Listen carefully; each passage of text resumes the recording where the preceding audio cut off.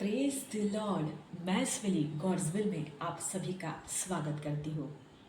एक नए महीने में हमने प्रवेश किया है, अप्रैल महीना। और जब महीने की शुरुआत हुई है तो मैं आप सभी को परमेश्वर के वेदी पर आमंत्रित करना चाहती हूँ। ये प्रभु की जीवित वेदी है और यहाँ पर हम कुछ पल कुछ क्षण बिताने वाले हैं। मैं आशा करती हूँ कि आप प्रभु यीशु में ब्लेस्ड है, बढ़ते जा रहे हैं और प्रतिदिन प्रभु आपके जीवन में नए नए कामों को करते जा रहा है। जिस प्रकार से एक डाली जब दाखलता में बनी रहती है तो वो फलों को लाती है, उसी प्रकार से आप सभी जो मेरे प्रियजन हैं प्रभु यीशु में बने हुए हैं और आप प्रभु के लिए बहुत सारे फलों को लेकर आ रहे हैं। तो प्रभु आप सभी को आशीषित करे।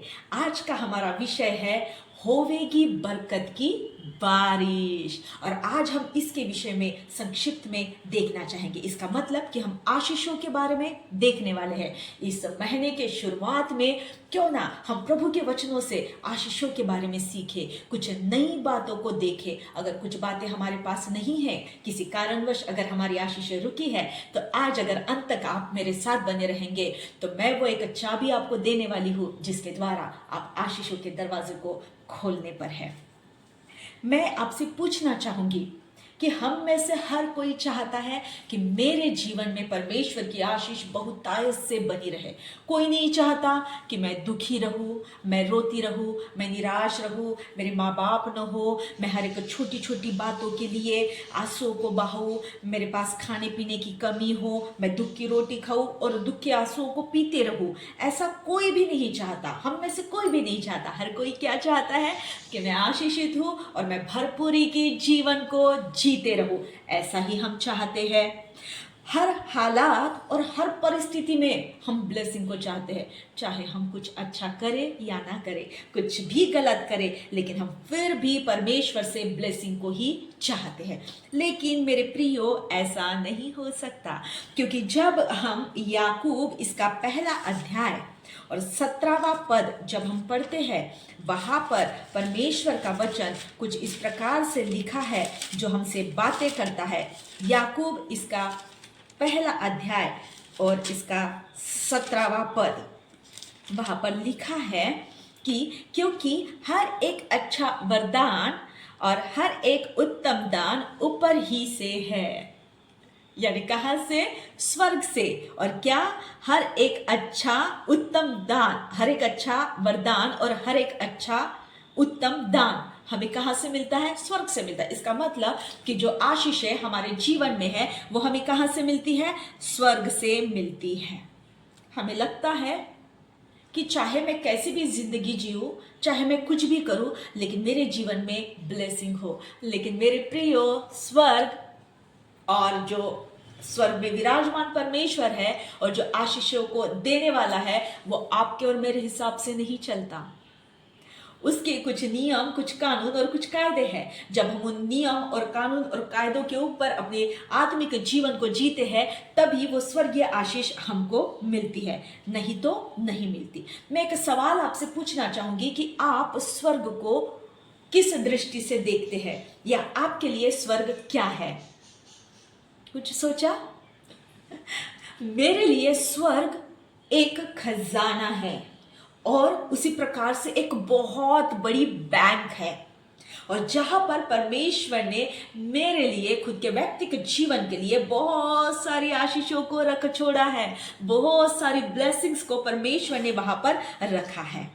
और जहां पर बैंक होती है या खजाना होता है तो वहां पर सिक्योरिटी के लिए लॉक भी लगाया जाता है ताकि कोई आकर उस खजाने को चुरा ना सके। जब हमारे भारत में सबसे बड़ी बैंक है रिजर्व बैंक, और उसकी सिक्योरिटी कितनी बड़ी है और कितने अच्छे से उसको सुरक्षित रखा जाता है। ये तो पृथ्वी पर का धन और संपत्ति है जिसको कीड़ा भी लग सकता है, जिसे काई भी खा सकती है, लेकिन फिर भी उसको संभाल कर रखा जाता है। तो मेरे प्रियो, सोचो कि स्वर्ग में जो आशीष है उसको कितनी सुरक्षित रखा गया होगा। वहां पर कितने ताले होंगे। जब हम उन तालों को खोलेंगे, जब हम उन प्रोसेस को करेंगे, तब भी वो स्वर्गीय आशीष हमारे व्यक्तिगत जीवन में आ सकती है। तो आज अगर आपके पास वो चाबी नहीं है, निराश न हो, दुखी न हो, क्योंकि आज मैं आपको वो चाबी देने पर हूँ। और जब वो चाबी आपको मिल जाए और जब आप उस चाबी से उस आपके लिए परमेश्वर ने जो स्वर्गीय ब्लेसिंग को रखा है, अगर आप उसको खोलते हैं तो आपको मनभावना हिस्सा मिल जाएगा। बस लूटना है जो स्वर्ग में परमेश्वर ने आपके और मेरे लिए रखा है। तो कुछ पल हम वचनों में से सीखने की कोशिश करेंगे कि आज प्रभु का वचन आपसे और मुझसे क्या कहना चाहता है, किस चीज से वो इनकरेज करना चाहता है, आज हम देखेंगे। प्रियो, मेरे साथ निकाल लीजिए व्यवस्था विवरण, इसका 30वां अध्याय और उसका 16वां पद हम देखेंगे। बहुत ही सुंदर और बहुत ही अद्भुत तरीके से यहाँ पर प्रभु का वचन हमसे बोलेगा और बातचीत करेगा। थोड़ा देर अपने मनों को, अपने विचारों को दूर कीजिए। हम अपने मनों को तैयार करेंगे। जिस प्रकार से एक बीज, एक जब किसान एक बीज को जमीन में बोता है, उसके पहले वो जमीन की मशागत करता है, वो खेती की मशागत करता है। तो ये पल है, 2 सेकंड ले लीजिए और अपने दिल दिमाग की मशागत कीजिए, ताकि जब ये परमेश्वर का वचन आपके बीच में मैं बोऊं तो वो आपके जमीन में अंदर आए, उसे खत पानी मिले, वो अंकुरित हो और वो बढ़ता बढ़ता बढ़ता चला जाए और आपके लिए वो आशीषों के फलों को लेकर आए। चलिए हम वचन को पढ़ते हैं। यहां पर कुछ इस प्रकार से लिखा है, मैं 15वें पद को भी आपके लिए पढ़ना चाहूंगी, जहां पर लिखा है, सुन। जो मेरे साथ जुड़ा है, आज प्रभु आप सभी से कहना चाहता है व्यक्तिगत रीति से, सुन मेरे भाई, मेरे बहन, मेरे बच्चे, सुन। आज मैंने तुझको जीवन और मरण, हानि और लाभ दिखाया है। सब कुछ मैंने तुझको दिखा लिया है। अब देख आगे क्या परमेश्वर का वचन कहता है। क्योंकि मैं तुझे आज्ञा देता हूं कि अपने परमेश्वर यहोवा से प्रेम करना और उसके मार्गों पर चलना और उसकी आज्ञाओं, विधियों और नियमों को मानना, जिससे तू जीवित रहे और बढ़ता जाए और तेरा परमेश्वर यहोवा उस देश में जिसका अधिकारी होने को तू जा रहा है तुझे आशीष दे। तो यहाँ पर आशीष प्राप्त करने के लिए कुछ कदमों को, कुछ कामों को मुझे और आपको करने के लिए बाइबल प्रोत्साहित करती है। तो वो कौन से काम हैं, वो कौन से कदम हैं जो हमें उठाने हैं। जब हम देखते हैं मेरे प्रियो कि कुछ वर्षों पहले हमारे भारत देश में पोलियो का बहुत प्रकोप था और तब बहुत जो बच्चे इस दुनिया में आते थे या हमारे भारत देश में पैदा होते थे और पोलियो की वजह से वो अपंग हो जाते थे और अपनी जिंदगी को अच्छे तरीके से जी नहीं पाते थे। और तब जाकर भारत सरकार ने एक अभियान चलाया था, 2 बूंद जिंदगी की। और वो जब 2 बूंद जिंदगी की माता पिता अपने बच्चों को देते थे, उसके बाद उनके जो बच्चे थे वो पोलियो से रहित एक स्वस्थ और एक हेल्दी जिंदगी को जीते थे। उसी प्रकार से आज के दिन मैं आपको 3 स्टेप बताने वाली हूं। जब आप इन 3 स्टेप को स्टेप बाय स्टेप करोगे तो वो जो आशीष है, जो खजाना है, जो परमेश्वर ने आपके और मेरे लिए रखा है, लेकिन जिसको लॉक लगा है, उसकी चाबी भी आपको मिल जाएगी और उसके बाद लूट ही लूट आपके जीवन में आ जाएगी। तो वो कौन से कदम है वो मैं आपको बताना चाहती हूँ। सबसे पहले हम देखते हैं, जब हम प्रभु का वचन पढ़ते हैं, 16वां पद कहता है, क्योंकि मैं आज तुझे आज्ञा देता हूं। सबसे पहले परमेश्वर यहां पर जो लोग सुन रहे हैं प्रभु का वचन और जो चाहते हैं कि जिनके जीवन में आशीष आए या वो खजाना मिले, तो आपको और मुझे पहला कदम यही उठाना है कि हमें आज्ञाओं को मानना है। परमेश्वर की आज्ञाएं हमारे जीवन में ब्लेसिंग्स को लेकर आती हैं। जब हम उसकी आज्ञाओं को मानते हैं तो सबसे पहला स्टेप हम उठा लेते हैं स्वर्ग की आशीषों की ओर बढ़ने वाला। परमेश्वर की आज्ञाएं बहुत कठिन नहीं है, रोजमर्रा की जिंदगी में वो उपयुक्त है। जब हम उसकी आज्ञाओं को मानते हैं तो प्रभु हमें ब्लेस करता है। बहुत छोटी छोटी सी आज्ञाएं हैं, बस हम उन्हें करने के लिए आनाकानी करते हैं। हम उतना गंभीरता से उन आज्ञाओं के बारे में नहीं सोचते, लेकिन सही कदम या पहला कदम यही है मेरे प्रियो कि हम आज्ञाओं को माने। हम देखते हैं कि बाइबल में एक नूहा है, नूहा जिसे परमेश्वर ने आज्ञा दी, और वो आज्ञा क्या थी कि नूहा तू क्या कर, एक जहाज को बना, क्योंकि मैं इस पूरी पृथ्वी का नाश करने पे हूं। और किससे? पानी से। जबकि नूह ने अभी तक पानी देखा ही नहीं था, क्योंकि अभी तक बारिश तो इस पृथ्वी पर आई ही नहीं थी। लेकिन परमेश्वर ने उससे कहा और उसने उस बात पर विश्वास रखा और आज्ञा का पालन किया। और नूह वो पहला इंसान बना मेरे प्रियो, जिसने इस पृथ्वी पर संपूर्ण मनुष्य जाति नष्ट हो जाने के बाद परमेश्वर ने नूह के द्वारा रिस्टोर किया। परमेश्वर ने फिर से सृष्टि की रचना की। रचना तो हो गई थी, लेकिन जो मनुष्य जाति थी जो पूरी खत्म हो गई थी, केवल नूह के परिवार के द्वारा परमेश्वर ने फिर से पृथ्वी को भर दिया। और आज पूरी पृथ्वी पर हम मनुष्य जाति को देखते हैं। ये ब्लेसिंग कैसे क्या आई? ये आशीष कैसे क्या आई? सिर्फ एक आज्ञा पालन करने के द्वारा। तो आज्ञा पालन आपके जीवन में आशीष को लेकर आती है। तो इसीलिए अगर आप चाहते हैं तो मेरे साथ मेरे हाथों को पकड़कर पवित्र आत्मा आपको एक स्टेप आगे बढ़ा रहा है कि आज्ञा पालन को करते चले जाओ और ब्लेसिंग को प्राप्त करो। मैं दूसरी बात बताते हुए भी बहुत खुश हूं। मैं आपको बताना चाहती हूं कि हमें दूसरा स्टेप्स कौन सा उठाना है। और दूसरा स्टेप है कि अपने परमेश्वर यहोवा से प्रेम करना। ये ऐसे प्रेम की बात नहीं कर रही हूं जो संसार करता है, जो लड़का लड़की करते हैं। ना ना ना, मैं ऐसे प्रेम की बात कर रही हूं जो संपूर्ण हृदय, संपूर्ण शक्ति, संपूर्ण भक्ति और संपूर्ण प्राण के साथ जो हम परमेश्वर से प्रेम करते। क्यों परमेश्वर चाहता है कि आप और मैं उससे प्रेम करें? क्यों चाहता है कि परमेश्वर से हम इतना अधिक घनिष्ठता के संबंधों को बनाकर रखें? क्योंकि परमेश्वर प्रेम है मेरे प्रियो। वो प्रेम का परमेश्वर है और वो चाहता है कि हम उससे प्रेम करें। बिल्कुल उसी प्रकार से जिस प्रकार से एक बेटा या एक बेटी जब अपने माता पिता को प्रेम करते हैं तो उसके आज्ञाओं में बने रहते हैं। और जब बेटा या बेटी माता पिता की आज्ञाओं में बने रहते हैं तो वो माँ बाप अपने बच्चों को बहुतायत की आशीष देते हैं। वो उनकी भलाई करना चाहते हैं। वो किसी भी हालत में अपने बच्चे के जीवन को सुरक्षित करना चाहते हैं। उसी प्रकार से जब हम परमेश्वर से प्रेम करते हैं तो परमेश्वर भी हमारे जीवन को, हमारे फ्यूचर को वो ब्लेस करना चाहता है या सुरक्षित करना चाहता है। प्रेम बहुत आवश्यक है मेरे प्रियो। और इसीलिए जब हम नीति वचन इसका 3 अध्याय और पहला पद पढ़ते हैं, वहां पर कुछ सलाह आपके लिए और मेरे लिए है। वचन कहता है कि हे मेरे पुत्र, हे मेरी बेटी, हे मेरे बेटे, मेरी शिक्षा को न भूलना, अपने हृदय में मेरी आज्ञाओं को रखे रहना। जब हम आज्ञाओं को रखे रखते हैं तो हमारा हृदय प्रेम करने के लिए भर जाता है। हमारा हृदय प्रेम करने के लिए भर जाता है मेरे प्रियो। जिस प्रकार से प्रेम, विश्वास, आशा महत्वपूर्ण है, लेकिन वचन कहता है कि सर्वश्रेष्ठ प्रेम है। तो आओ, क्यों ना हम संपूर्ण दिल से, संपूर्ण हृदय से, संपूर्ण शक्ति से अपने सृष्टिकर्ता, अपने जीवित परमेश्वर से प्रेम करें, पूरे दिल के साथ। आधा अधूरा प्रेम नहीं, किंतु संपूर्ण मन से हम प्रेम करें। जब हम अपने मन को पूरी रीति से तैयार करते हैं परमेश्वर के प्रेम से, अपने हृदय को जब हम भर देते हैं, और ये जब हम दूसरा कदम उठाते हैं मेरे प्रियो, तो प्रभु हमें आशीषों से भर देता है। अभी वो खजाना दूर नहीं है आपसे, बस आपने दूसरे स्टेप को पूरा कर दिया है। हम तीसरा देखेंगे, और ये तीसरा बताते हुए भी मेरा दिल बहुत आनंदित और बहुत खुशी से भरा हुआ है। हम देखेंगे तीसरा।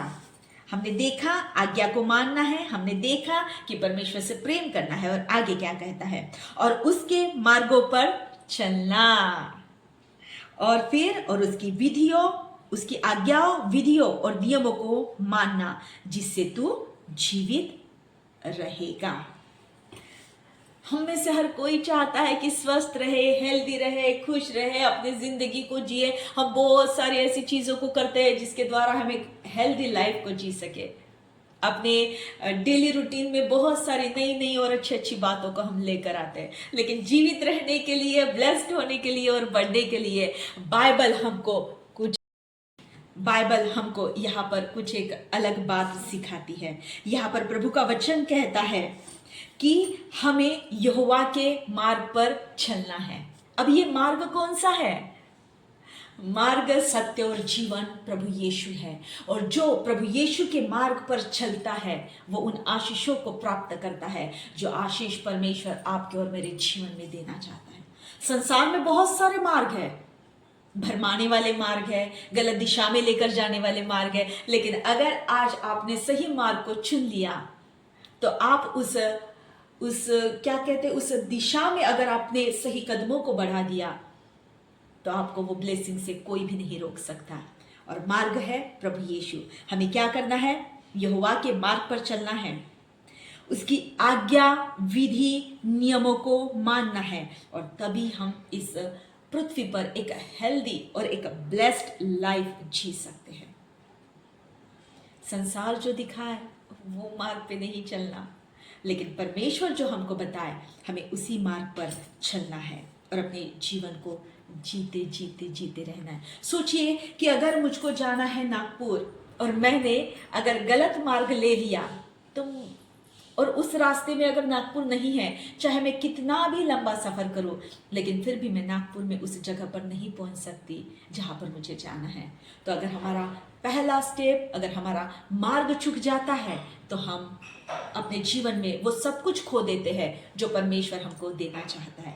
मेरे प्रियो, जब आप इन 3 स्टेप को उठाते हैं, सबसे पहले जब आप आज्ञाओं को मानते हैं, दूसरा कि आप आपके यहोवा परमेश्वर से प्रेम करते हैं, और तीसरा कि आप उसके मार्गों पर चलते हैं, उसकी आज्ञा और उसके विधि नियमों को मानते हैं, जिसके द्वारा आप जीवित रह सकोगे। जब इन 3 कदमों को आप उठाते हैं तो आप उस स्वर्गीय ब्लेसिंग को, या उस जो बैंक में जो आपका खजाना रखा हुआ है, उस ताले को आप खोल सकते हैं। हम देखेंगे कि जैसे ही ये दरवाजा खुल जाएगा, आशीषों की बारिश आपके जीवन में आनी शुरू हो जाएगी। इसलिए मैंने कहा कि आज के सब्जेक्ट का नाम क्या है? होवेगी बरकत की बारिश। और बरकत की बारिश आपके जीवन में तब होती है जब आप इन 3 स्टेप को अपने जीवन में करते हैं। वचन कहता है कि तेरा परमेश्वर यहोवा उस देश में जिसका अधिकारी होने को तू जा रहा है तुझे आशीष देगा। तेरा परमेश्वर जो इस वचन को पढ़ रहा है, जो इस वचन को सुन रहा है, वो आपसे बात कर रहा है। आपका व्यक्तिगत परमेश्वर, आपका खुद का बाप आज आपसे बात कर रहा है कि मैं तुझे वो ब्लेसिंग्स दूंगा, मैं तुझे वो अधिकार दूंगा, मैं तुझे वो प्रॉस्पर करूंगा जहां पर तू जाना चाहता है, मैं तुझे आशीष दूंगा। वो देश क्या हो सकता है? वो देश मेरे प्रियो हो सकता है कि आपका घर हो जहां पर प्रभु आपको आशीषित करना चाहता है। वो देश क्या हो सकता है मेरे प्रियो? वो आपके आत्मिक जीवन हो सकता है जहां पर परमेश्वर आपको ब्लेस करना चाहता है। वो देश क्या हो सकता है मेरे प्रियो? जहां पर आप काम करते हैं, वो जगह हो सकती है। वो देश आपका हेल्थ हो सकता है जहां पर प्रभु आपको ब्लेस करना चाहता है। आपके बच्चे हो सकता है, आपका मैरिज हो सकता है, वो कुछ भी हो सकता है जहां पर प्रभु परमेश्वर आपको ब्लेस करना चाहता है। बस कुछ नहीं करना, इन 3 कदमों को उठाना, और प्रभु आपके लिए वो स्वर्गीय आशीष, वो स्वर्गीय द्वारों को खोल देगा जहां पर आप बहुतायत के आशीष को प्राप्त करोगे। मैं आशा रखती हूँ कि प्रभु के वचन ने आज आपके साथ बात की है, प्रभु के वचन ने आपको कुछ नई बातों को सिखाया है। बस छोटी छोटी बातें हैं मेरे प्रियो, बस हम उनको भूल जाते हैं और अपने ब्लेसिंग को खो देते हैं। तो मैं आशा करती हूँ कि प्रभु के वचन के द्वारा आप उत्साहित हुए हैं और प्रभु के वचन ने आपके साथ बातचीत की है। ये समय है मेरे प्रियो कि प्रेयर इज पावर। तो ये टाइम है कि हम कुछ देर परमेश्वर के साथ प्रार्थना में संगति को बिताएं और अपने विषयों को सर्वशक्तिमान परमेश्वर के दयासन के पास लेकर आए। तो मेरे साथ मिलकर प्रार्थना कीजिए। प्रभु परमेश्वर आपके जीवन में कुछ अद्भुत और कुछ सामर्थ की बातों को करने पर है। आइए हम अपने मनों को तैयार करें, अपनी आंखों को बंद करें और अपने सरों को झुकाएं और सर्वशक्तिमान परमेश्वर के आगे अपने निवेदनों को धन्यवाद के साथ लेकर आए। सर्वशक्तिमान जीवित परमेश्वर पिता, धन्यवाद और आदर के साथ हम तेरे उपस्थिति में आते हैं। आज के ये नए महीने की शुरुआत में प्रभु हम अपने मनों को तेरे दयासन के पास, तेरे वेदी के पास लेकर आते हैं कि हमारे मनों को तू नया कर, हमारे सोच और हमारे विचारों को तू नया कर। तू जो ब्लेसिंग्स हमें देना चाहता है प्रभु, उस मार्ग पर चलने के लिए तू हमें सहायता और मदद कर। मैं धन्यवाद देती हूँ प्रभु कि आज तूने वचनों के द्वारा अद्भुत तरीके से हमारे साथ बोला और बातचीत किया। सुनने वाले हर एक कानों को, हर एक हृदय को प्रभु मैं तेरे हाथों में समर्पित करती हूँ कि प्रभु जी ये फल लाने वाले हृदय बनने पर है, इसलिए धन्यवाद हो मेरे परमेश्वर पिता।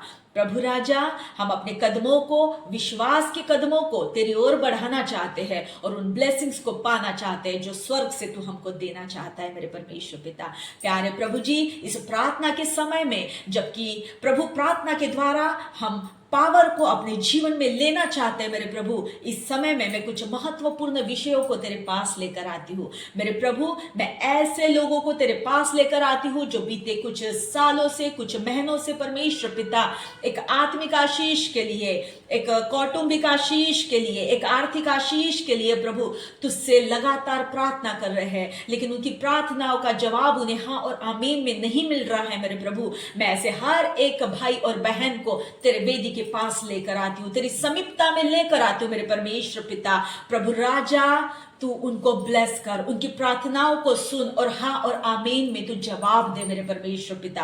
प्रभु राजा, जो आंसुओं को बहा रहे हैं मेरे प्रभु जी अपने बच्चों के लिए मेरे परमेश्वर पिता, एक अच्छी हेल्थ के लिए मेरे प्रभु जी परमेश्वर पिता, या अपने विवाह के लिए मेरे प्रभु, मैं वो हर एक पति पत्नी या हर एक दंपत्य को प्रभु मैं तेरे वेदी के पास लेकर आती हूँ कि तू उनके आंसुओं को पोंछ डाल और उन्हें ब्लेस कर। ये महीना मेरे परमेश्वर पिता, ये अप्रैल महीना मेरे प्रभु जी उनके जीवन में एक आशीष की वर्षा को लेकर आने वाला बने प्रभु जी। वो जहां कहीं पर भी आत्मिक क्षेत्र में अगर रूखापन है, अगर उनके परमेश्वर पिता खुद के व्यक्तिगत जीवन में कोई रूखापन है मेरे प्रभु जी, सूखी हुई जमीन है मेरे प्रभु, तो तू आज बारिश को उंडेल दे मेरे प्रभु और वहां पर हरियाली को लेकर आना मेरे परमेश्वर पिता।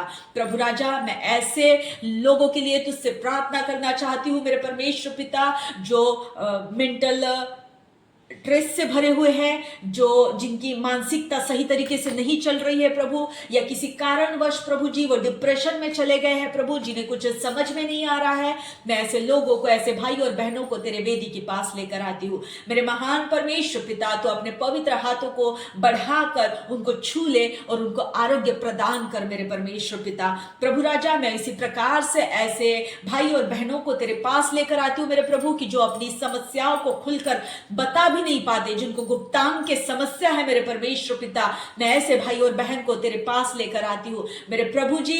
तूने परमेश्वर पिता उनके व्याधियों को अपने ऊपर ले लिया ताकि वो एक हेल्दी लाइफ जी सके, इसलिए मैं तुझे धन्यवाद देती हूँ मेरे परमेश्वर पिता। प्रभु राजा, जो दुष्ट आत्मा से ग्रसित है मेरे प्रभु जी, जिन्हें परमेश्वर पिता मिर्गी आती है प्रभु जी, जो परमेश्वर पिता एक निराशा से भरे हुए हैं, दुष्ट आत्मा जिनको सताती है, जिनके घरों में, जिनके परिवारों में मेरे परमेश्वर पिता शैतान का कार्य चालू है मेरे प्रभु, मैं ऐसे लोगों को तेरे पास लेकर आती हूँ मेरे परमेश्वर पिता। मैं उनको उन दुष्ट आत्मा को मसीह यीशु के नाम से डांटती हूँ प्रभु कि वो उनके जीवन से निकल जाए मेरे प्रभु जी, और परमेश्वर पिता एक बहुतायत का जीवन ये मेरे भाई और बहन जीने पाए प्रभु, ऐसी कृपा तू करता है, इसलिए मैं तुझे धन्यवाद देती हूँ। मैं तुझसे प्रार्थना और विनती करती हूँ मेरे परमेश्वर पिता, ऐसे लोग मेरे प्रभु जो गवर्नमेंट जॉब के लिए प्रभु जी बीते कुछ सालों से ट्राई कर रहे हैं कि उनको एक अच्छी जॉब मिले प्रभु जी, जिन्होंने बहुत अच्छी स्टडी की है मेरे परमेश्वर पिता, अच्छे परसेंटेज को लाए है, किंतु परमेश्वर पिता उनको बड़ा फेवर न मिलने के कारण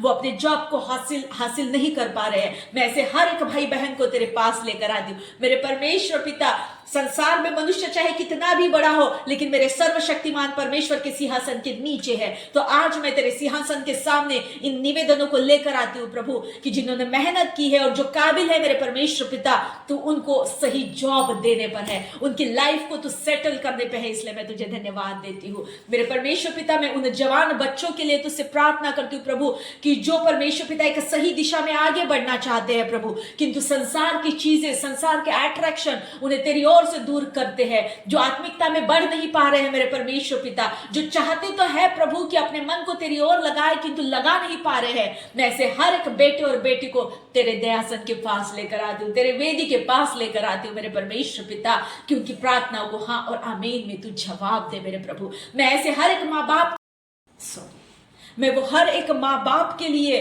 वो एक माँ के लिए तुझसे प्रार्थना करना चाहती हूँ मेरे परमेश्वर पिता कि जो प्यारे प्रभु जी अपने पति के लिए रो रो के प्रार्थना कर रही है, क्योंकि उनका पति मेरे परमेश्वर पिता शराब की लत में फंस गया है, जो घर और परिवार को नहीं जानता, जो पत्नी को नहीं जानता, जो बच्चों के हक को परमेश्वर पिता शराब में उड़ा देता है। मैं ऐसे हर एक बाप को प्रभु तेरे दयासन के पास लेकर आती हूँ। हो सकता है मेरे परमेश्वर पिता कि वो चाहता है कि वो अपनी गलत और बुरी आदत से छुटकारा पाए, किंतु पा नहीं पा रहा है मेरे प्रभु जी। जो रो रहा है मेरे परमेश्वर पिता, हम जब गर्मी के दिनों से होकर गुजर रहे हैं मेरे परमेश्वर पिता, बहुत सारे ऐसे भाई बहन हैं जो अपने छोटे छोटे कामों को प्रभु जी रास्ते के किनारे पे करते हैं प्रभु, कि वो दिन भर मेहनत करके कुछ कमाई को पा सके ताकि अपने घर और परिवार को चला सके मेरे प्रभु। तो मैं ऐसे हर एक भाई बहन को तेरे पास लेकर आती हूँ मेरे परमेश्वर पिता, कि उनके हाथों के कामों को तू ब्लेस कर। तूने वायदा किया है मेरे परमेश्वर पिता कि मैं तुझको बढ़ाऊंगा, मैं तुझे अधिकारी करूंगा। तो प्यारे प्रभु जी, ये जो छोटे छोटे कामों को करके अपने जिंदगी को जीने वाले, अपने बच्चों के लाइफ को सेटल करने वाले माँ बाप है प्रभु, मैं उनको तेरे वेदी के पास लेकर आती हूँ मेरे परमेश्वर पिता। तो अपनी दया की दृष्टि इन सभी पे कर और इन सभी को ब्लेस कर मेरे परमेश्वर पिता। प्रभु राजा, अगर आज जिनके भी जन्मदिन है मेरे प्रभु, मैं वो हर एक को तेरे पास लेकर आती हूँ प्रभु। तो अपना मुख प्रकाश उन पर चमका, तो अपने हाथों से उनको गाइड कर, और ये जो नया साल तूने उनके लाइफ में जोड़ा है, ये एक टर्निंग पॉइंट वाला एक टर्निंग पॉइंट ठहरे मेरे परमेश्वर पिता। और प्रभु राजा, ये आत्मिक और परमेश्वर पिता भौतिक और सब चीजों में वो प्रॉस्परस होते चले जाए, ऐसी दया और करुणा कर। मैं धन्यवाद करती हूँ प्रभु कि तूने हमारी प्रार्थना और विनतियों को सुना और तूने हाँ और आमीन में जवाब दिया। इन विनतियों को मैं पुनरुत्थित प्रभु यीशु मसीह के नाम से मांगती हूँ, सुने और कबूल कीजिए। आमीन, आमीन।